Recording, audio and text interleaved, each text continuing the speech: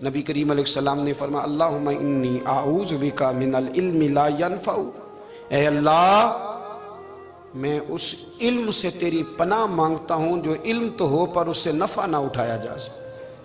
جو علم تو ہو پر اس پر عمل نہ ہو۔ داتا صاحب رحمت اللہ علیہ فرماتے ہیں علم ہمیشہ اس لیے سیکھنا کہ اللہ تبارک و تعالیٰ تمہیں اس کا نفع عطا کرے۔ اور پھر آگے بڑھتے ہیں تو آپ فرماتے ہیں جب علم سیکھ لو تو پھر نہ اللہ رسول سے عشق کرنا، فرماتے ہیں پھر نمازیں پڑھنا آسان ہو جائے گا،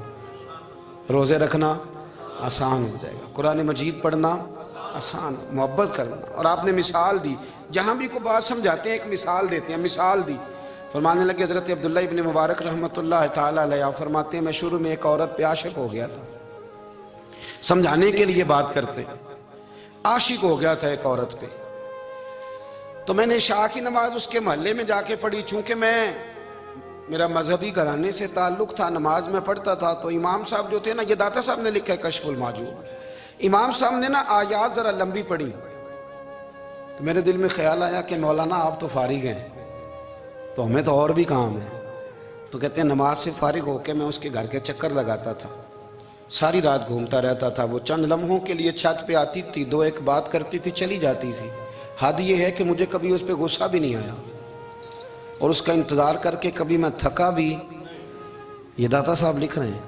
حضرت عبداللہ ابن مبارک فرماتے ہیں ایک رات میں گیا، اسی طرح میں نے نماز پڑھی، پھر میں اس کے گھر گیا، میں ساری رات، سردیوں کی ٹھنڈی رات 11-12 گھنٹے اس کے گھر کا طواف کرتا رہا، معاذ اللہ چکر لگاتا رہا۔ آدھی رات کو سحری کے وقت وہ چھت پہ آئی 1 منٹ کے لیے اور کہنے لگی گھر میں مہمان بہت زیادہ ہیں، آج بات نہیں ہو سکے گی۔ حضرت عبداللہ ابن مبارک فرماتے ہیں کہ میں جب واپس لوٹا تو نہ مجھے اس پہ غصہ تھا، نہ مجھے تھکاوٹ تھی، بلکہ میرے دل کے اندر اس کے لیے محبت بڑھ رہی تھی۔ میں کہہ رہا تھا کتنی اچھی ہے بیچاری، اتنے راش میں بھی اور اتنی مجبوری میں بھی 1 منٹ کے لیے چھت پہ آئی ہے، پھر بھی مجھے اس سے پیار بڑھ رہا تھا۔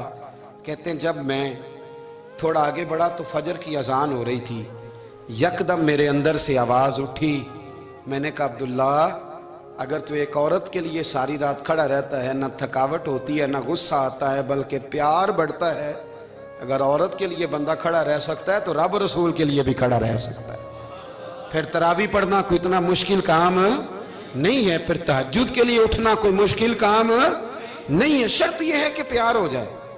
ایک عورت کے لیے اگر یہ سارا کچھ ہو سکتا ہے تو اللہ رسول کے لیے بھی ہو سکتے ہیں۔ فرماتے ہیں میں نے توبہ کر لی اور پھر میرا حال یہ ہے